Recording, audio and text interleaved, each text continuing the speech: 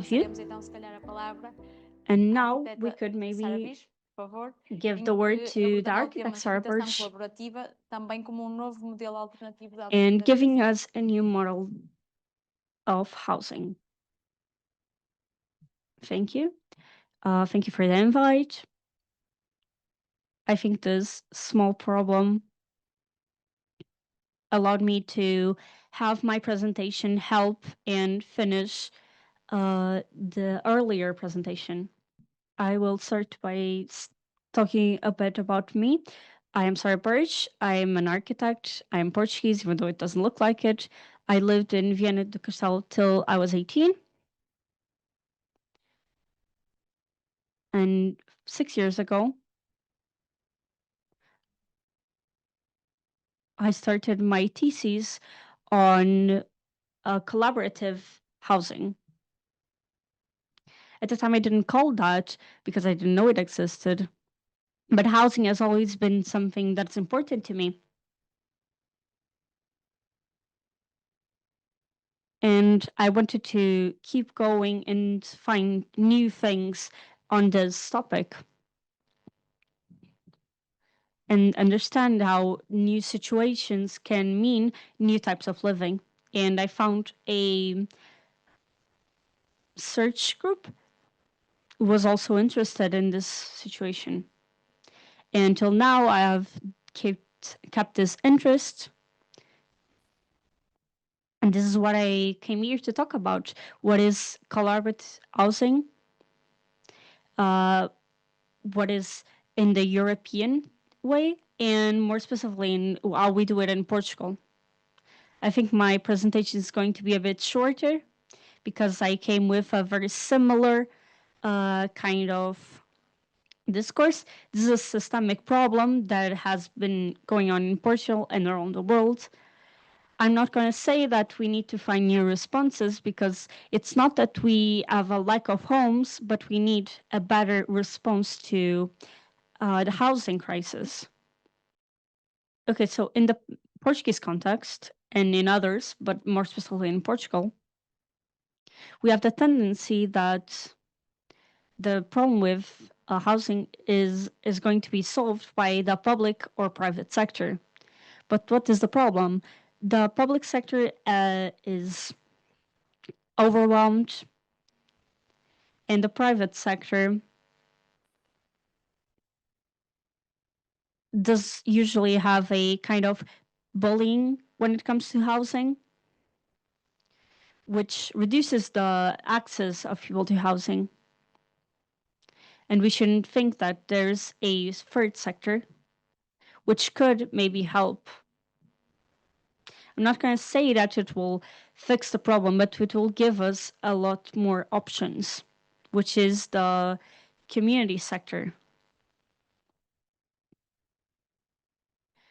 which in the same way where there is public-private sectors, we could think of public communitary options. In this segment, we see the concept of collaborative habitation, and in Portugal, it's being used as a very specific way, but it can also have a lot of options, especially co-housing.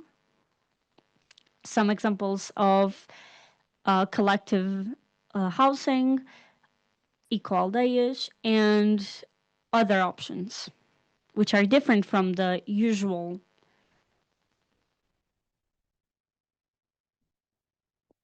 But we actually have here, it's a new model that I'll talk a bit about, which inserts itself in this area. And there are these three pillars. They're different, and there's something I have to point out. There's usually we see a lot of community being formed. Part of the process is supposed to be collective. It's not just one person doing all this, it's all the neighbors and the residents that will be living there. And we also have the property part. And it's a point that has been quite debated. that even though there's a lot of options of property, like private or renting, there's a new alternative, which is collective property. What are the motivations for us?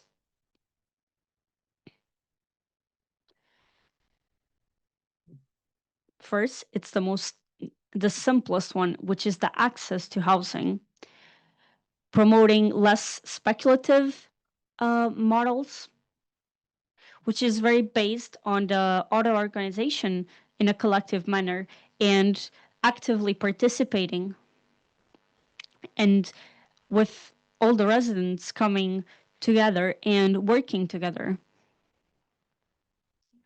And we can all here see a lot of options and a lot of examples. But on the other hand, we also have the idea that we should live in the most adequate way of living, which means living an alternative lifestyle.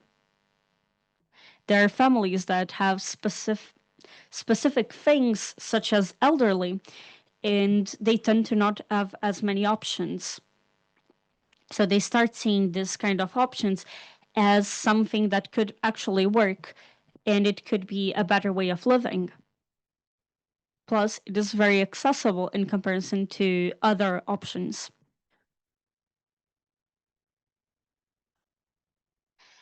Throughout Europe, we have seen this type of models growing in size.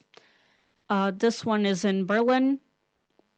It's an example of co-housing in 2018, and it has already doubled. So because of that, my research team, we started this project, which has just started, but we want it to be very interactive and to evolve. And it's about mapping out in a quantitative scale, in a systemical scale, different collaborative housing in Europe. So we want to know the designations, but we also look for seeing the numbers.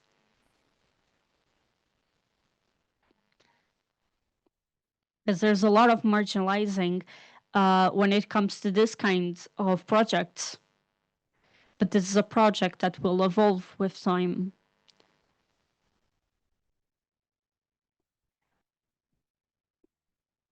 So now I'll talk about collective property. We have collective property, which is usually a system where everyone is um, cooperating. We know the ones in the 80s, but it didn't work because it ended in private property because they end up selling. We have a lot of cooperative examples that were dissolved with time. But here we look towards keeping the collective. So people will make use of the house without being the people who own the place without actually owning it. So that way we'll find more consistency when it comes to the group because they'll be the one actually dealing with the household. We see the renting, that's cooperative, which is a bit different. Here we see renting, which also allows for more accessibility when it comes to economic. We have hybrids, where we have people who rent and people who are were the people who own the household, which would then mean that half is renting and the other one is more cooperative, which allows the building more houses with municipality, allowing small groups to find ways to be more more productive. We also have a very interesting model, which is something that will be seen in the law, but it's not very used. Separating the terrain to the house, which allows us to reduce the speculation that even if I'm the owner, I will not I am not able to know what's under me, allowing the price to slow down. So that means that it will lower the prices because we do not have the idea of what's under us, which means it will be public sector, but when the people go there to build a house, it will be a cooperative relatively to the process. We're talking about a collective process that is usually taken in the assembly, which usually it's by everyone being in sync when it comes to a decision, which it can be in regards to planning and the way that things will be done inside a house. Everything is based on a notion of cooperating and co-designing. The financing is kind of a patchwork of multiple solutions. And many times banks do not trust in these groups and do not give credit. So many times it's multiple alternatives that will lead to the final project, such as the land or even crowdfunding. When it comes to architecture, what we see here, it's a sort of intervention that is way bigger, usually done by the families, and that reflects the necessities of each family in order to reduce the need and the price of renovations. When we find new typologies that are not fixed, that can help the needs, and it can also allow for collaborative spaces. And even economically, it can be way more beneficial. There are also other typologies and methodologies. There's a lot of debate involved.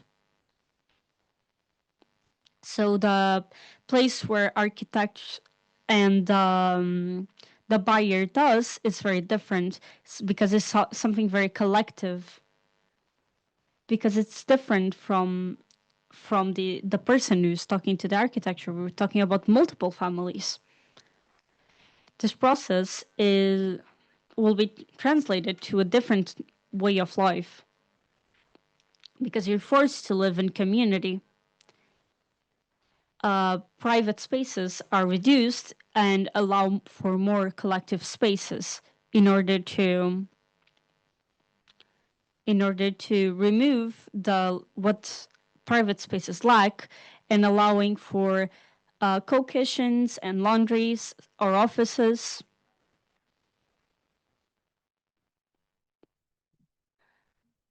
This also allows us for different typologies that are alternative to the ones that we are used to, such as T4s or T3s. So we see cluster apartments where they're very different. We're talking about cluster housing, which is taking this idea and making it more something more urban, which is a progressive way of building, which is something very normal now in Latin America. Allowing the family to use the extra space to be able to expand and use it for their own needs. We need to use this logic to understand how the future will be different and how we can be more flexible, the same way it was already presented. There's also this part where is the relation with the neighbors.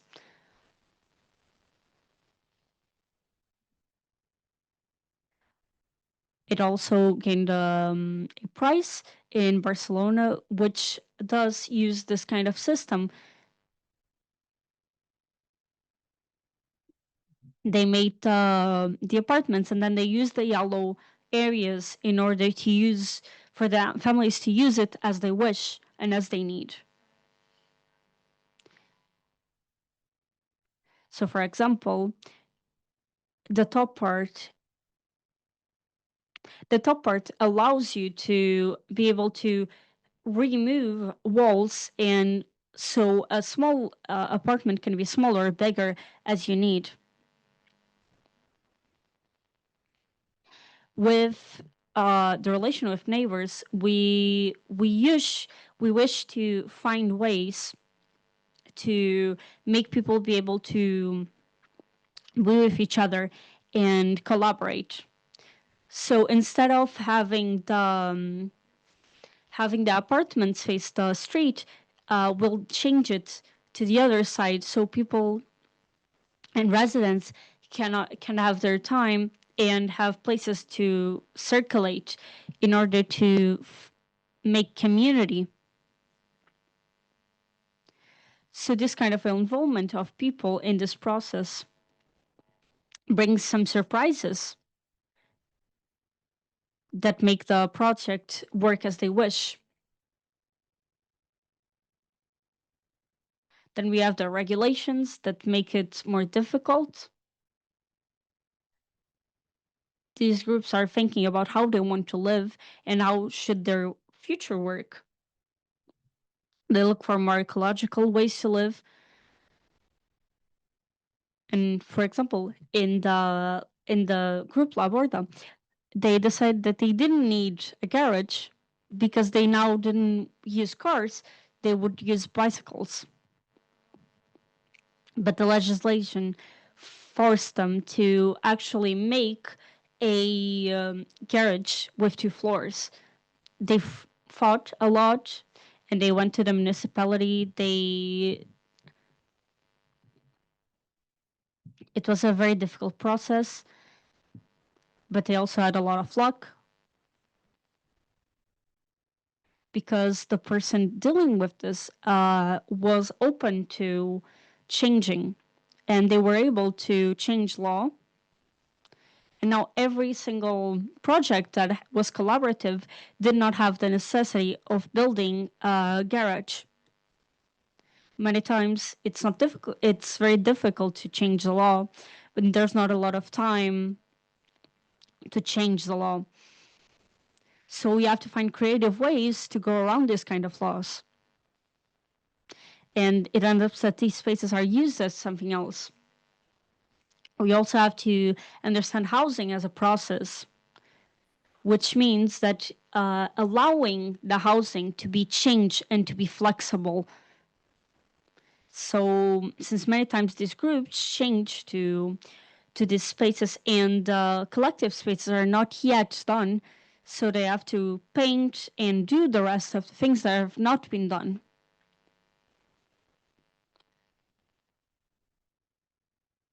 So they have special workshops where they work with each other and collaborate in order to finish the project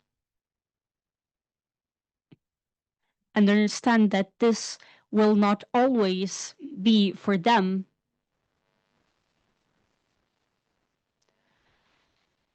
This is just a small abstract of what I said.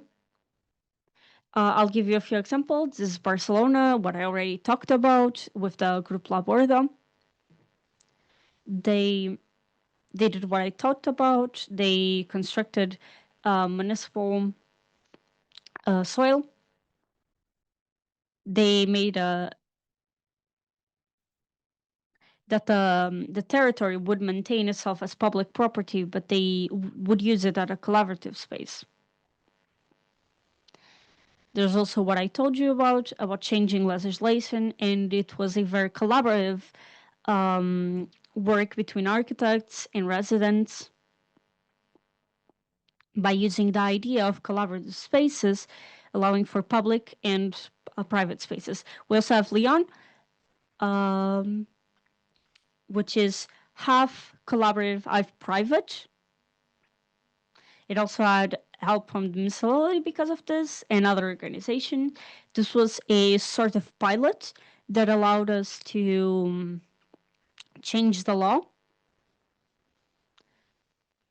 which started uh, overseeing the collaborative options.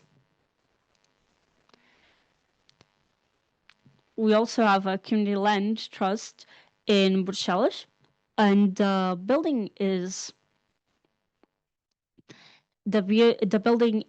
done by two different parts, which community interest, which means that they cannot sell it at in the market. They have some restrictions, but on the other hand, you have more accessible time getting access to this kind of housing. It's a very interesting project. There are two different books that the first one was a book. The first book was talks about the concept of collaborative living that I wrote with my superior. It talks about the concept in the European level. It's a very interesting book that talks about the concept in various ways.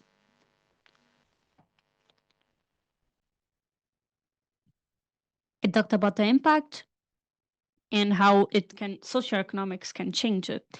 What about in Portugal? Very the smaller abstract in 2023, there two laws were sent. One with the Ministry of Housing, and the other one was with the Ministry of Social Safety. The first one was based on the new generation of corporate the cooperative part, and the other one was how the collaborative housing can be a part of the community. This is the part that's more legal, where we see the laws.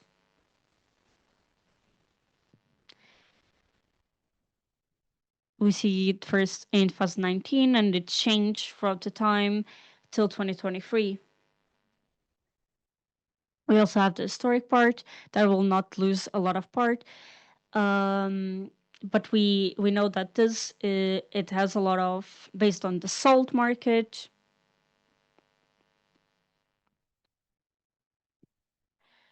And this try to find this typology and find ways to actually deal with this, the work of the architect is now very important.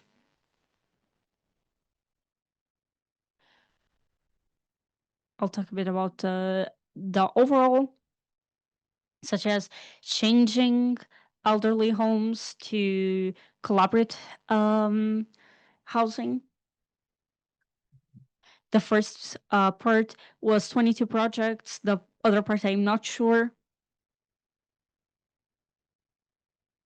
We also have to understand if we're actually talking about collaborative housing or if we're talking about elderly house 2.0. We have to see the ministry is doing towards actually taking these initiatives. We see that the municipality and EDU were working together in order to bring this to life. So they looked at it and said that here we have this, and we will elaborate a protocol in a way that you guys can come and talk to us, and so we can actually construct in public soil. We're still waiting because of the difficulties with the government, but the conditions are already in the law. We also have this program that was sent by Lisboa. in order to, and we want to make it as accelerate as much as possible.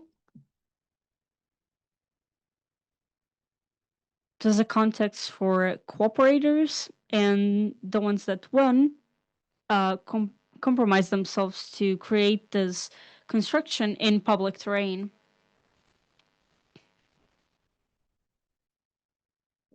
So there's here an idea of actually collaborating with each other. Then we have Rede Cohabitar, which is a collaborative um, property of collaboration, which does debates and has some political ground, which incorporates different collectives and options of housing that we have created now.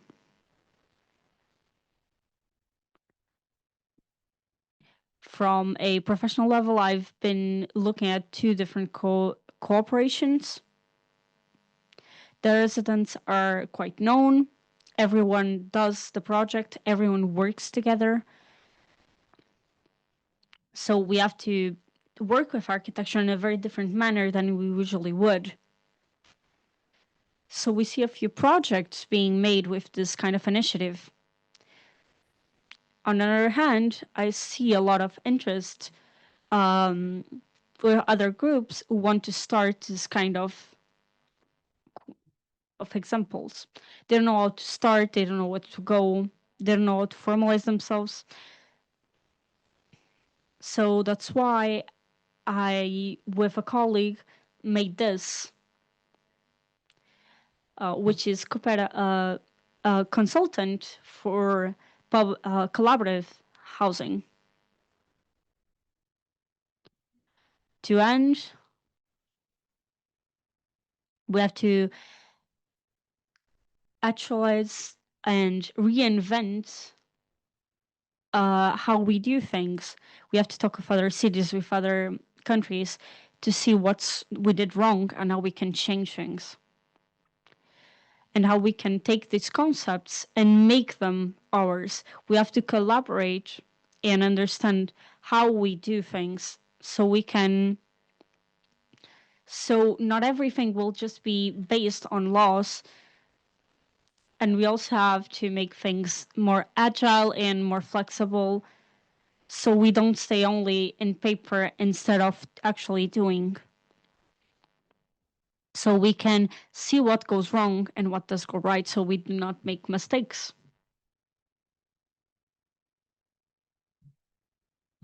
And finally, stimulate the debate. And I think that's all.